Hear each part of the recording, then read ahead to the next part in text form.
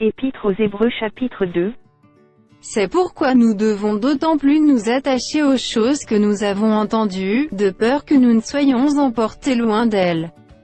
Car, si la parole annoncée par des anges a eu son effet, et si toute transgression et toute désobéissance a reçu une juste rétribution, comment échapperons-nous en négligeant un si grand salut, qui, annoncé d'abord par le Seigneur, nous a été confirmé par ceux qui l'ont entendu?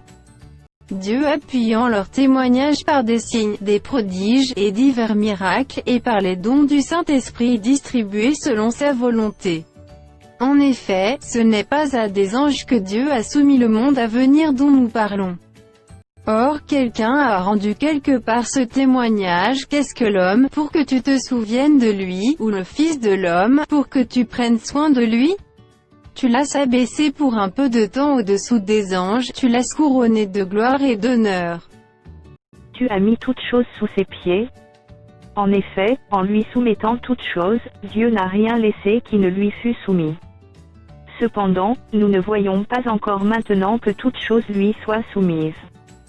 Mais celui qui a été abaissé pour un peu de temps au-dessous des anges, Jésus, nous le voyons couronné de gloire et d'honneur à cause de la mort qu'il a soufferte, afin que, par la grâce de Dieu, il souffrit la mort pour tous.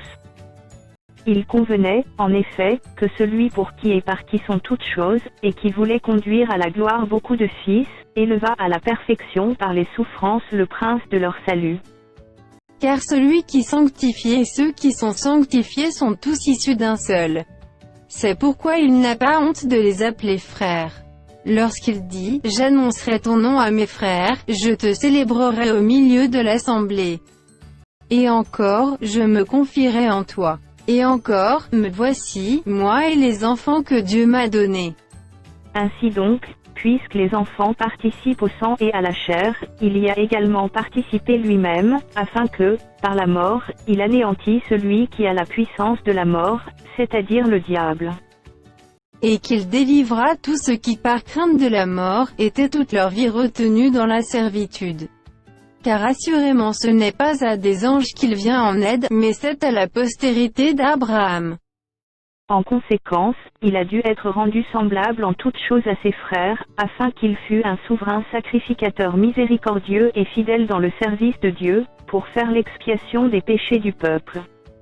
Car, ayant été tenté lui-même dans ce qu'il a souffert, il peut secourir ceux qui sont tentés.